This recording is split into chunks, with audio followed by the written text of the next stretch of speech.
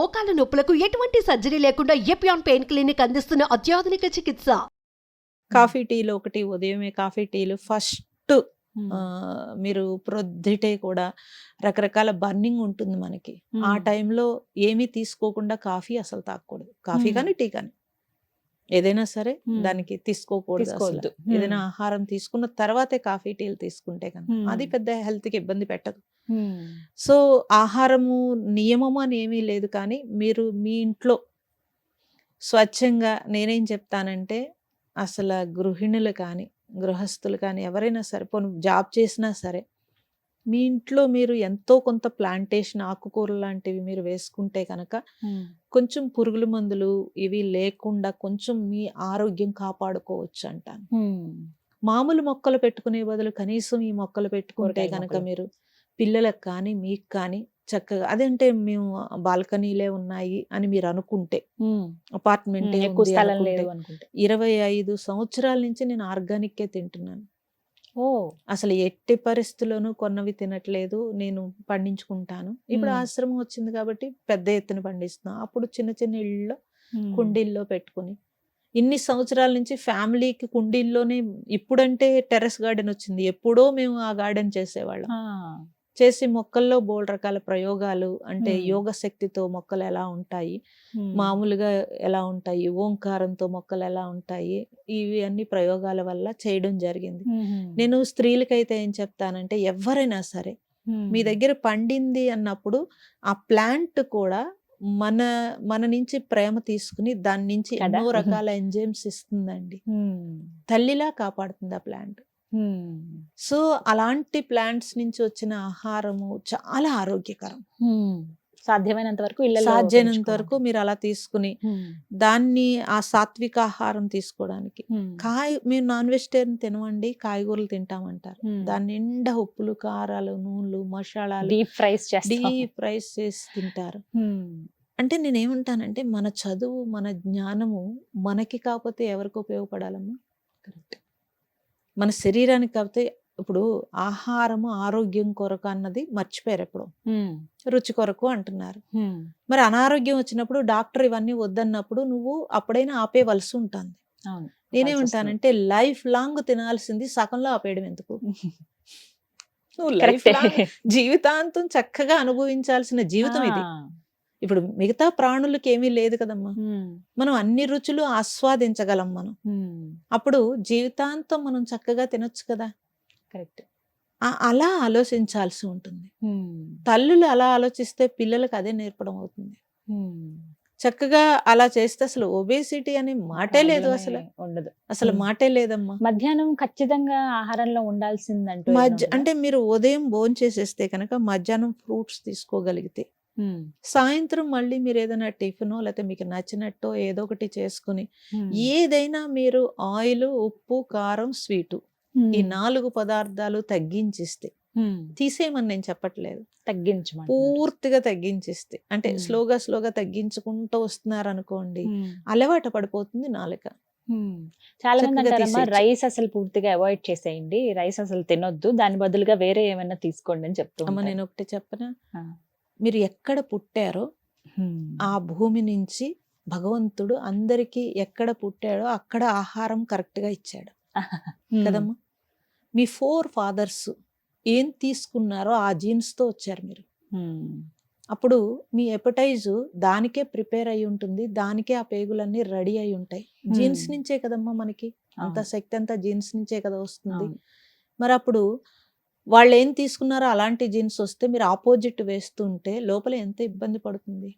అన్నం తీసుకోవాలి అంటే మన ఇక్కడ వాతావరణానికి, ఇక్కడ ఈ వేడికి, ఈ వాతావరణానికి అన్నం ఏమవుతుంది అంటే నీరు శాతం ఎక్కువగా వెళుతుంది, ఈజీ డైజెషన్ అవుతుంది. అయితే అది ఎక్కువ మీరు పచ్చడితో, ముద్ద, కూరతో ఇలా ఇలా ఇలా ఇలా కలిపేసుకుని ఎక్కువ ఇంత అన్నం తీసేసుకుంటే కనుక అది ఇబ్బంది కలుగుతుంది తప్పించి, ఇంత కారాలు ఇంత ఉప్పులు వేసేస్తే అది ఇంతే కూర తీసుకుంటారు, ఇంత అన్నం తీసేసుకుంటారు. ఆ కారానికి ఎక్కువ తినేస్తాం మనం, అందువల్ల ఇబ్బంది తప్పించి రైస్ ఎప్పుడూ కూడా మనం క్వాంటిటీ తగ్గించి మనం తీసుకోగలిగితే కనుక మీ ప్రేగు 90 ఏళ్ళొచ్చినా 100 ఏళ్ళొచ్చినా ఇబ్బంది పడకుండా గ్యాసెస్ రాకుండా చక్కగా ఉంటుంది. అది రైస్ మానేయమని చెప్పే ఇప్పుడు ఎన్నో రకాలు చెప్తుంటే మనది కాదు ఆహారం. మీరు గమనిస్తే కనుక చలి ప్లేసుల్లో వీట్ పండుతుంది, ఎండ ప్లేసుల్లో రైస్ పండుతుంది. మరి ఇది చూస్తే తెలిసిపోతుంది కదమ్మా మనం ఎలా ఉండాలనేది మనం ఎలా ఉండాలనేది ఎంత బాగా తెలిసిపోతుంది.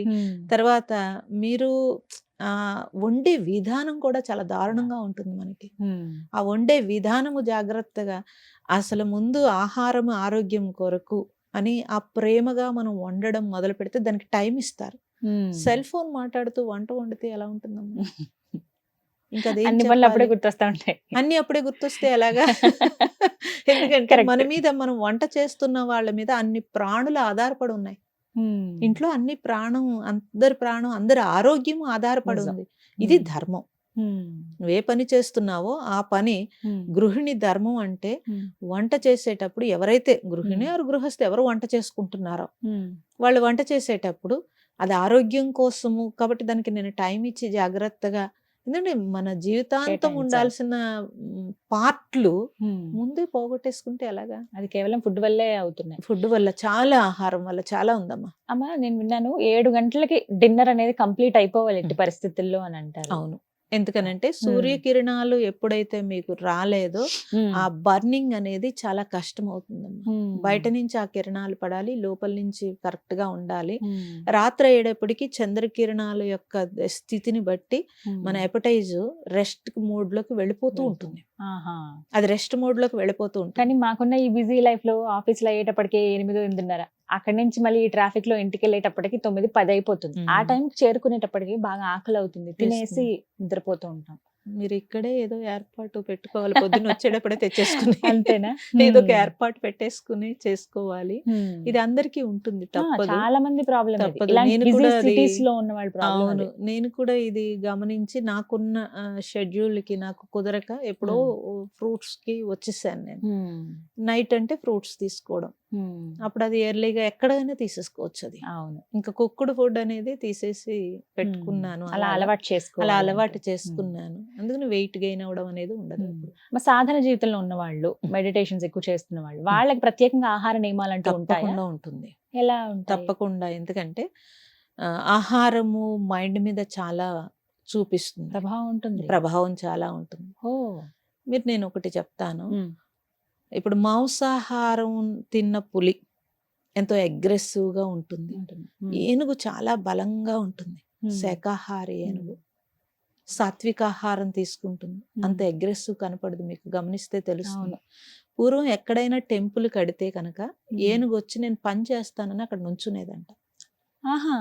అందుకని ఇప్పటికీ కూడా మన గుళ్ళు నిర్మాణాల్లో మీరు చూస్తే కనుక పెద్ద పెద్ద రాళ్ళు, స్లాబులు లేవు. అప్పుడు రాళ్లే స్లాబుల కింద పెట్టి ఉంచారు కదా, మీరు గమనిస్తే తెలుస్తుంది. ఇవి ఎలా మనుషులు పైకెక్కించారు అనంటే ఏ మనిషి ఎక్కించలేదండి. అంతంత స్తంభాలు చూస్తే, మీరు అజంతా శిల్పాలు ఎక్కడ చూసిన అంతంత స్తంభాలు చూస్తే కనుక అవన్నీ ఏనుగులు మోసినవే. అక్కడ ఏనుగుల కోసం వాళ్ళు అవి ఎక్కడానికి ఇసుక మేటులు వేసేవారు.